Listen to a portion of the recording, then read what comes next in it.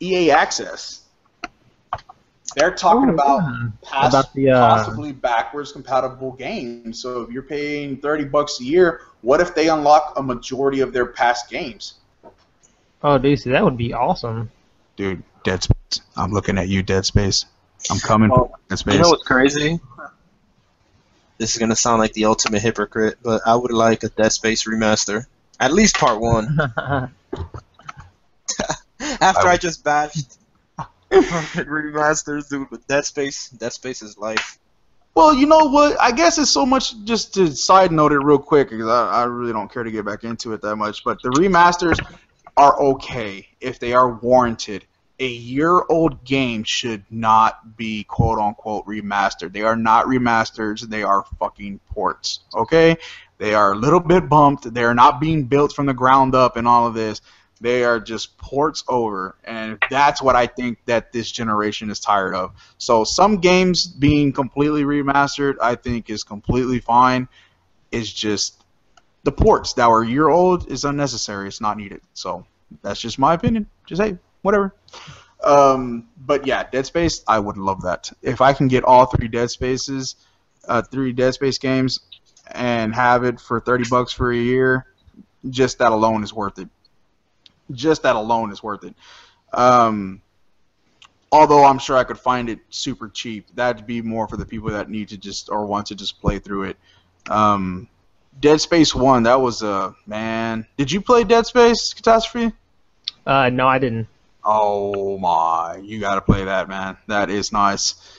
That is very, very nice. I heard that game was creepy as fuck. Dude, that is like some, like you're just like you're walking, and then all of a sudden, bam, in your face, die, motherfucker. Oh, you gotta shoot their arms off, and then they're like still trying to bite you and crawl at you, and then if you like shoot their legs off, they're like using these arms that look like what's the guy off Mortal Kombat that had the sword arms? Baraka. Yeah, so they look like him. That's what they look like, and they're crawling on the floor, even though you shoot their legs off. So you got to shoot their legs off. What I would do is I would use the the rail gun? What was it? The line gun, whatever, and it shot Plasma like the plasma cutter, and it shot in a line across, and you can alternate if it shot up and down or if it shot side to side. Man. That was awesome. and then I would shoot their legs. And then I would shoot their head, and they would still come after you. You would have to shoot their arms off and shit. So that game was awesome. The most horrible part of that game, in a good way, was when you were timed and all the air was coming out and you were like had to get to something. You had to reset something to reset the oxygen, and you're like running, and everything is trying to kill you, and you're just running, and you're running out of oxygen. You're trying to kill these things at the same time, and you got to get to this point. That was the anxiety buildup was intense. Like it's just like you felt it. Like the way the environment was set up on the game, the way that the sound effects, everything in that game was A1. That was an awesome game. Yeah.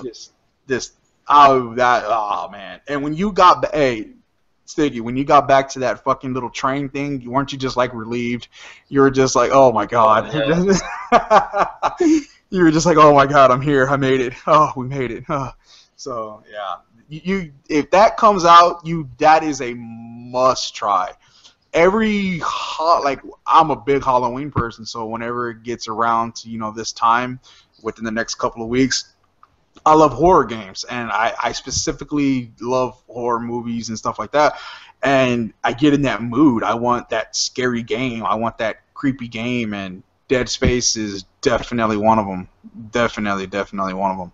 So that's a must try if it comes out, man. Definitely. Man, I forgot where the hell I was at.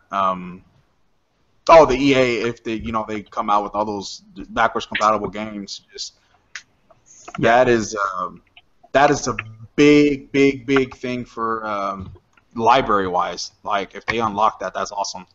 Let's see. Next we got Kingdom Hearts 2.9 leaks. What? Y'all are fans of Kingdom Hearts? I've only beat part 1.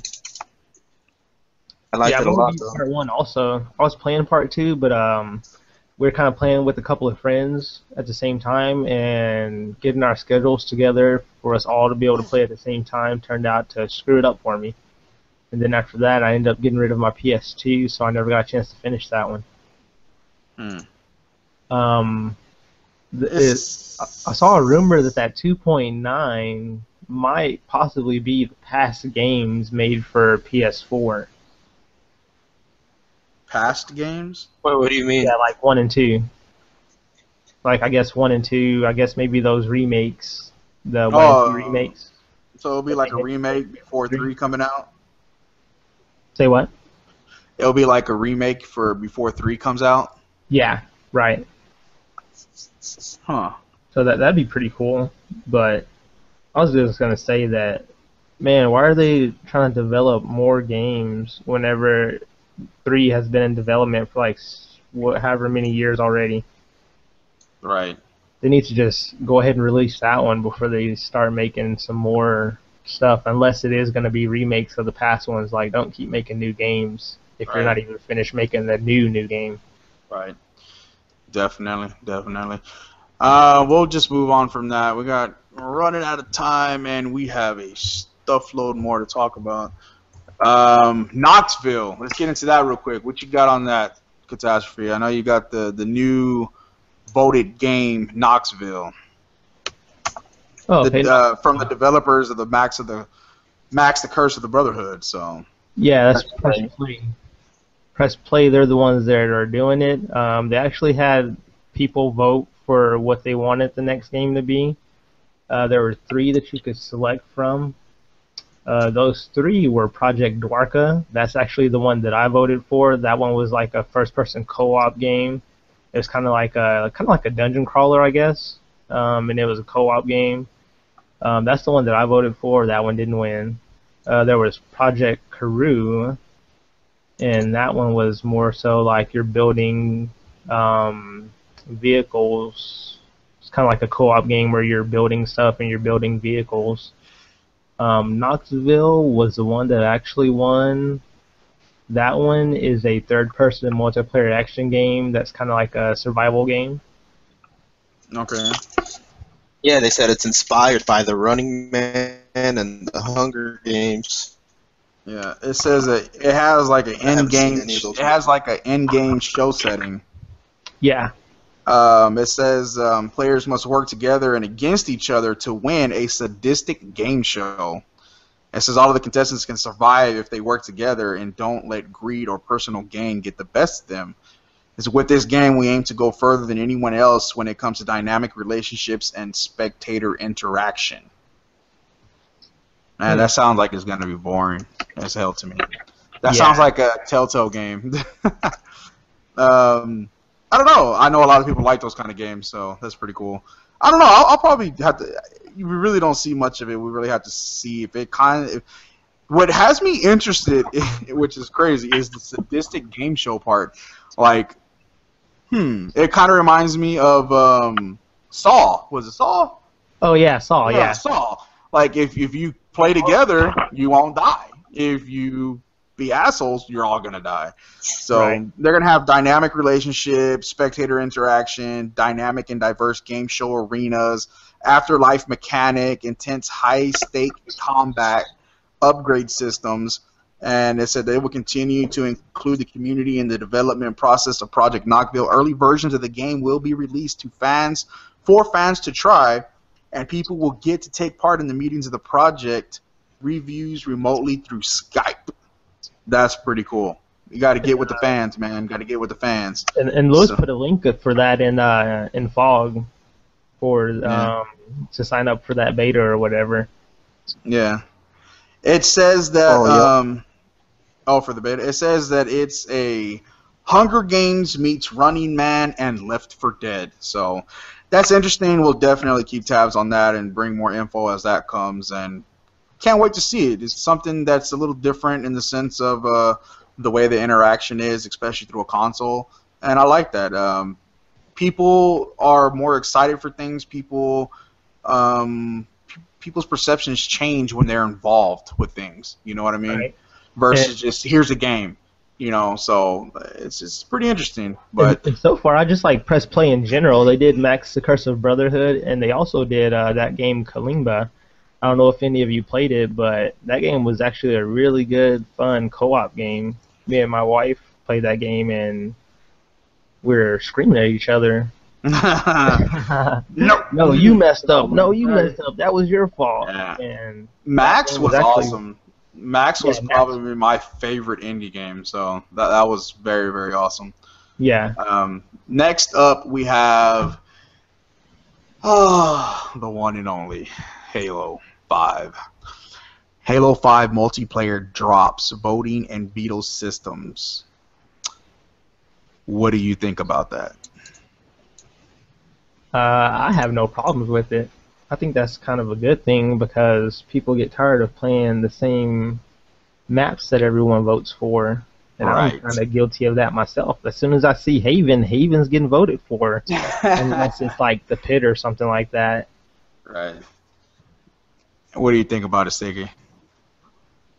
I don't have a problem with it either. I agree with what Catastrophe said completely. It's like people on the Halos that are out maps a lot. Right. With the way the system is now. So I think being able to play on every map is pretty cool. We'll get used to every map.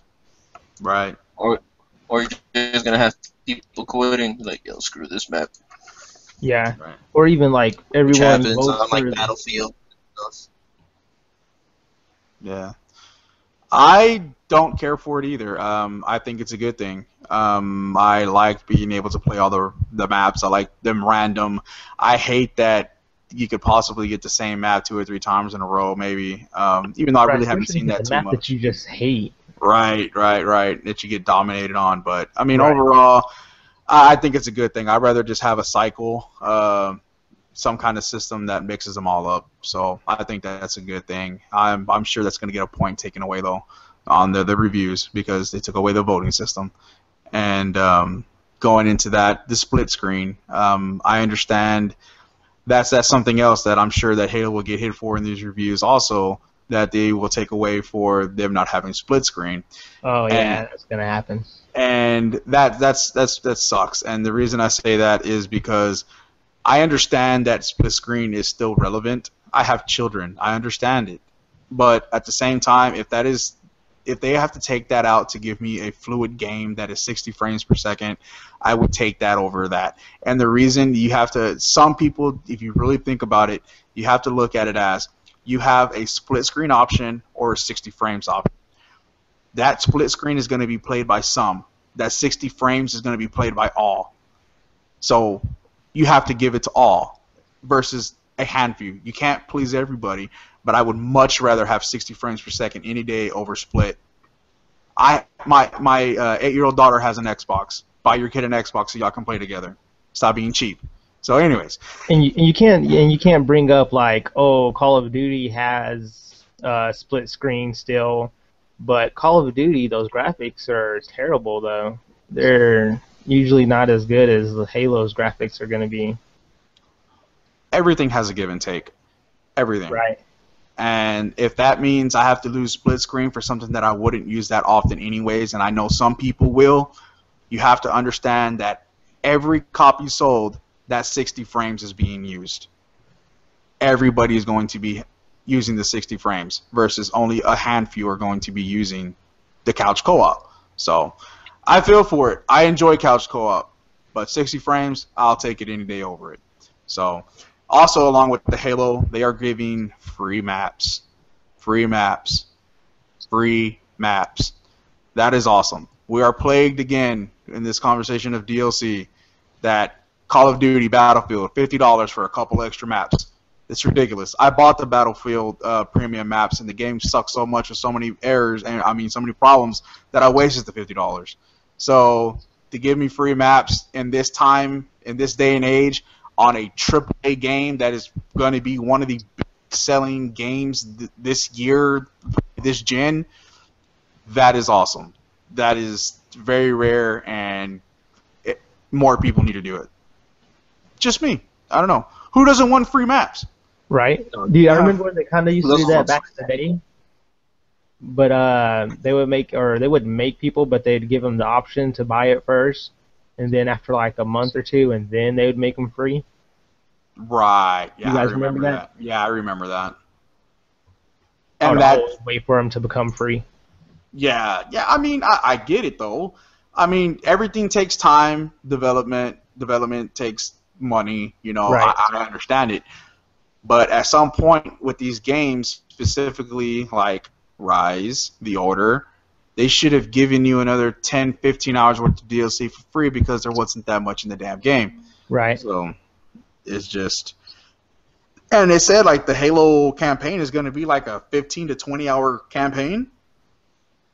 That would be the longest that there is at. I heard like 16 to 18, so I'm going to expand and say low 15, high 20.